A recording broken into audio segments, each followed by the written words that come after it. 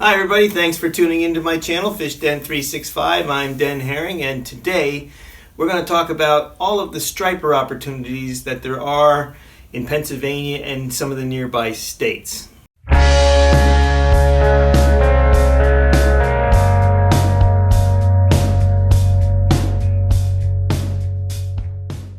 So right now we're in June, mid-early June. The bass are spawning. They're in the late stages of their spawn. Most of them have finished up already. Bass season will be opening up in another week or so. But during this time of the year, I like to shift gears and fish for striped bass and hybrid stripers. I give the bass a break and focus on hybrids and stripers. And I have to be honest, it's one of my favorite times of the year. I love fishing for stripers. I enjoy fishing for them this time of the year, and then again in the fall and in the winter as well. It's a fun fish to fish for in the winter with blades and spoons. But I thought I'd talk about in this video where the best opportunities are to catch them, because I live here in Allentown, Pennsylvania. That's where I live, and so I'm in the eastern portion of Pennsylvania. But within a couple hours drive, there are several places that you have opportunities for freshwater stripers. And so it's a good place to live at this point in life if you like striper fishing in fresh water. So let's talk about some of the places that have these stripers, and as I do, I'll outline what I know about these places, because some of the fisheries are a little different. Some are geared more towards hybrids versus purebreds and other fisheries and that kind of thing. So let's get started. So the closest fishery to me that has stripers in it, and generally when you're talking striper fishing, it usually requires a fishery that consists of several hundred acres, some sizable water, and there has to be the right forage base. And usually in this area, that is alewives or gizzard shad, or both. And so in my situation here where I live, the closest fishery that has striped bass in it is Lake Nakamixon. And so Nakamixon, they started putting hybrids in there probably in the late 80s. But by the early 90s, that place was a phenomenal fishery for hybrid striped bass. I mean, I'd go there at night in May and June, and it would be like Pearl Harbor. They'd be blowing up all over the place. And for those who fished it back then, they know what I'm talking about. It was truly special. And the specimens were growing to be 17, 18 pounds. This is, the large end of the hybrid striper spectrum. Very, very large specimens. In fact, I even got a couple world records, line class world records, fishing for hybrids back then at Nakamixon. I got 2 from Nakamixon. And so now the fishery is quite different. My understanding is somewhere, within 10 years of that initial phase, they began changing how they managed the fishery there. The concern was, and I talked to a biologist in Pennsylvania, Mike Kaufman at the time. He was at the time the fisheries biologist. And the concern was that the hybrid stripers would end up going over the dam and down through the Tehican Creek into the Delaware River, where there were purebred stripers coming up the Delaware every year from the ocean. And even though hybrids are supposed to be sterile, and they are, they were still concerned that there could be a few specimens that somehow could interbreed with the stripers, and then that would potentially change or maybe destroy or ruin the oceanic striper population that comes up the Delaware River. Well, I don't think any of that ever happened, but they did stop putting the hybrids in, and they switched over to purebred stripers in Nakamixon. And so today there are some hybrids in there. I think over the years they've decided to put a few in here and there. It's not many. There's a whole lot more purebreds in Nakamixon today than there are hybrids. And even as far as the striper fishery goes, it's not stocked extremely strongly. There's a good population of very big fish in Knox. So if you want to go to Nakamixon to fish for stripers, you want to go there if you're looking for some of the bigger specimens, because they grow incredibly fast there. There's so much bait in that lake, so many gizzard shads, so many alewives, that even in the summertime, the problem with Nakamixon for stripers in general is that the water is quite fertile. And so what happens in the summer is you lose oxygen content deeper down. And so stripers are cool water fish. In the summer, they like to go pretty deep to stay cool. And in Nakamixon, they're not going to go much deeper than 15, 20 feet at the max, because after that point, in summertime, there's not enough oxygen to sustain them. And this was the concern of the biologists, and it's probably the reason why they don't put a lot in there. But they ought to put a lot in there, because they grow faster in there than any of the other lakes or rivers that I'm going to talk about. They grow incredibly fast in there, and it's because the food is just super abundant. Those fish can yawn and eat in there. That's how much food is in Nakamixin. So, but it's a great place to go if you want large specimens of stripers. You have to figure out where they are, and you have to figure out how to catch them. It's pressured pretty hard. But boy, when you do, you could be rewarded with, we're talking 25, 30, 35, 40-pound class fish. This is what you can expect out of Nakamixin. So let's shift gears now, and we'll go to probably the next closest place to me would be Beltsville, or if I go to New Jersey, it would be Spruce Run Reservoir, which also has a good hybrid striper population. But let's switch over to Beltsville. Beltsville is an interesting lake. It's got mostly purebreds. They put them in there pretty strongly, from what I understand, and I see schooling fish there quite a bit in the fall. In other words, they'll gang up on the bait fish in the fall, and they'll be in the what they call the jumps, where they're actually busting bait on top, and that's always fun when you can find it. That generally happens there in September, and so there's a good population of purebreds. I think there's some population of hybrids. Quite honestly, I don't fish Beltsville a whole lot for striped bass, so I do usually in the fall and not so much in the spring. So if there's hybrids in there, I haven't seen a lot of them. I do think there are some.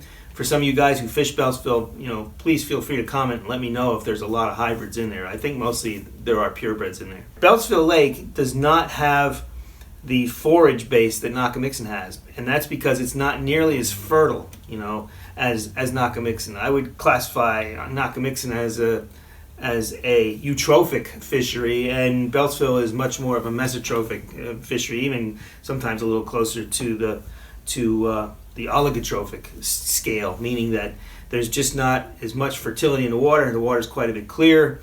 The bait fish are smaller. The alewife, I don't think there's any gizzard shad in Beltsville, but there may be. But mostly it's alewife. They're smaller there. They don't grow as big because it's not as fertile. Nakamixin grows big bait fish, the biggest I've seen. It grows very large alewives, 6 inches alewife. 6 inch long is not something that you would not see. It's something that's quite common at Nakamixin. And the gizzard shad in Knox, they're a foot. They can grow up to be a foot long. Beltsville, I don't think it has gizzard shad, and you won't find the alewife at that 6 inch size. They're more like 3 inches or less. So, and there's less of them. So what happens there is when the stripers are, I'll say, 25 inches and less, or 30 inches and less, they're kind of skinny. They're not nearly as fat as what you'd see in Nakamixin. But because you have that deep water in Beltsville, 100 feet deep, fully oxygenated, they can go down deep in the summer. Much deeper than they can, and they can find comfort there, and they can live longer as a result. The stripers in Nakamixin, they burn out. They probably only live 7-8 years, and then they're done. Beltsville, they can live quite a bit longer, and because of that, once they get to that 30-inch size or bigger, they start filling out. Not because they're eating more of the alewife, it's because I think they switch over to other food species. They can, when they're that big, they can eat whatever they want, and they're probably after perch, which there's quite a bit of that in Beltsville, and other fish species as well. And so that makes Beltsville an interesting place to fish because a couple 40-pound specimens of stripers have been caught there. A couple 40-pound class fish, or even larger. That's a giant striper in anybody's book. And so there's always that possibility to catch that in Beltsville Lake. Let's go further west. We'll go to Blue Marsh. Blue Marsh is a good lake. It's got both hybrids and purebreds in it. They've been stocking them now for a while. Great lake for hybrids. I think it's slowed down a little in the last few years. I've had a little more trouble finding them in the fall, but it has both purebreds and hybrids. Somebody that I know just caught a big purebred in there. It was like 23 pounds. So there's some good sized fish in there, and it has probably a good population of both. And the alewife in there is the bait fish. There's a lot of those in there, so it's got a really good bait fish population to feed these stripers. And they get pretty big in there. They get at least 4 inches or bigger, so they grow to a decent size. So there's a good food base, and that's what's keeping everything going in Blue Marsh. We go further north. We have Lake Wallenpaupack, which is personally my favorite fishery for these fish. There's a great population of both purebreds and hybrids in there. I was just there last week, caught a bunch of hybrids, caught a couple smaller purebreds, walleye, smallmouth. That lake is very good. It's got big brown trout in it too. It's got a lot of alewife in it. They don't get very large, 3 inches, 4 inches max, but there's a lot of them, and it feeds the population of fish very well. So if my favorite place to go for stripers and hybrids is Wallenpaupack. If I can only choose one place and I can get there easily all the time, that's where I would go, because you have the best of all worlds there. The hybrids grow big, the purebreds grow big, and there's lots of them. So you're going to have a lot of action, a lot of opportunity for action, and you can catch very large specimens of both the hybrids and the purebreds there. Going further west, we have Raystown Lake. I don't know as much about Raystown. I haven't been out there in several years, and that's because I don't think it's any better than Wallenpaupack. In fact, I think Paupack's better. As a fishery overall, I think Wallenpaupack is better than Raystown. The nice thing about Raystown, and Paupack's it's a big lake. It's 5,400 acres, but Raystown's like 8,300 acres. So it's a bigger lake, and it has a lot of the right kind of water for stripers. So I'm sure the striper fishing there is good. When I was fishing there, and it's been several years since I've been there now, it was almost all purebred. I don't recall seeing a lot of hybrid in there, but I'm sure there's some, because I think what happens is when they stock these fish when they're real little, they can't tell the difference whether they're hybrid or purebred when they're fingerlings. So I think sometimes some of each get mixed in anyway, but if the intent is to put mostly purebreds in, well, then you're going to have very few hybrids in comparison to the purebreds. But that's another good fishery, though, Lake Raystown. If you're in that area, you definitely want to check that out.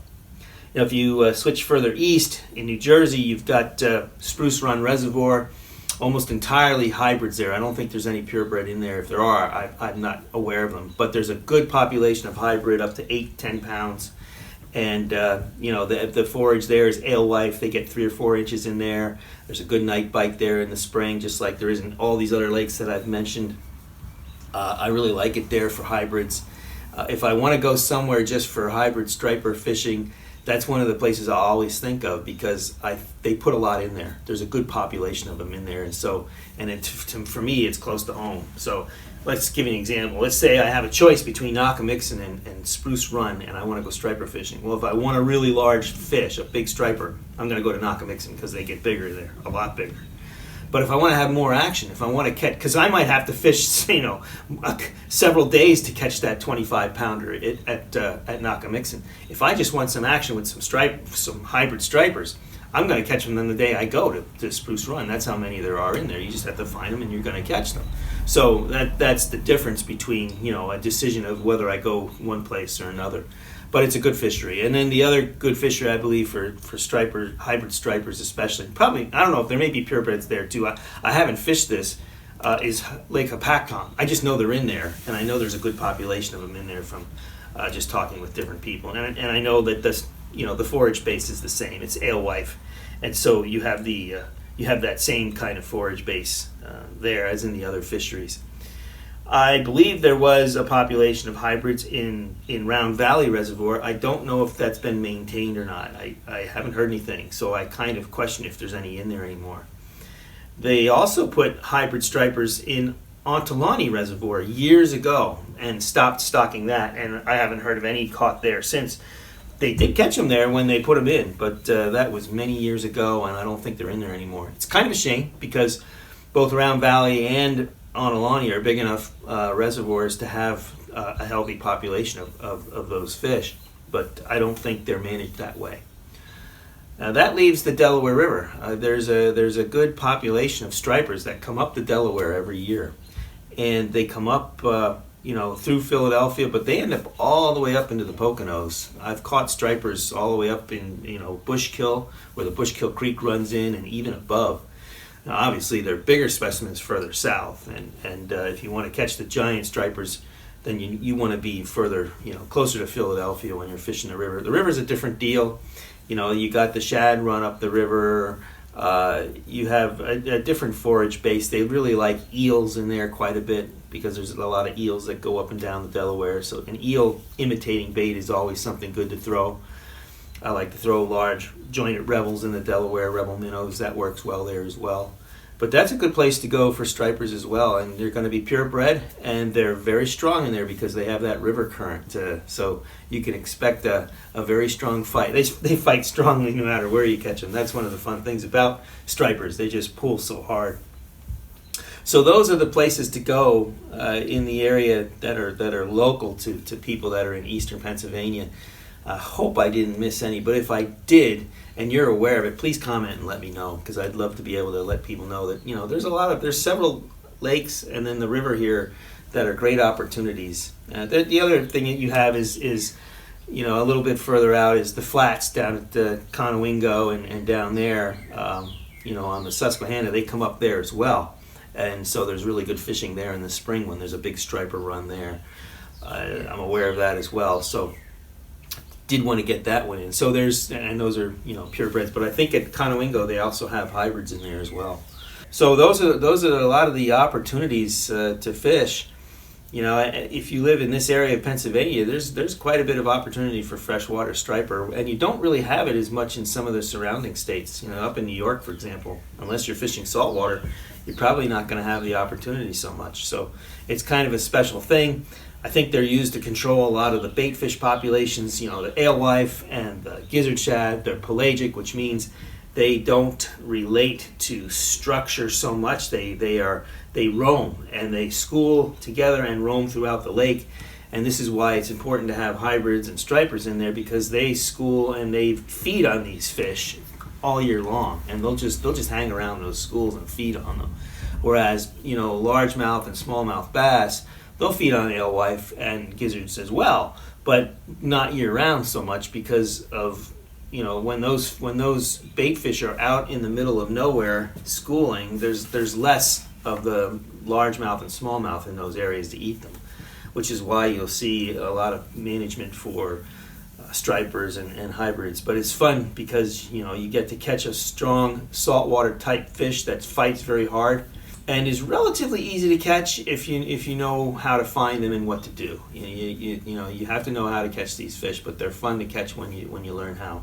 And so I will be putting out another video very shortly, probably within the next week or two, about how to go about catching them at these different lakes. So this video is about where you can find them, what these lakes and rivers are that contain these fish, and then I'll have another video coming out within a few weeks that talks about what I know about how to catch them in these different fisheries and different environments, and we'll go into some details there. So stay tuned, make sure you check that video out. If you like this video, please give me the thumbs up.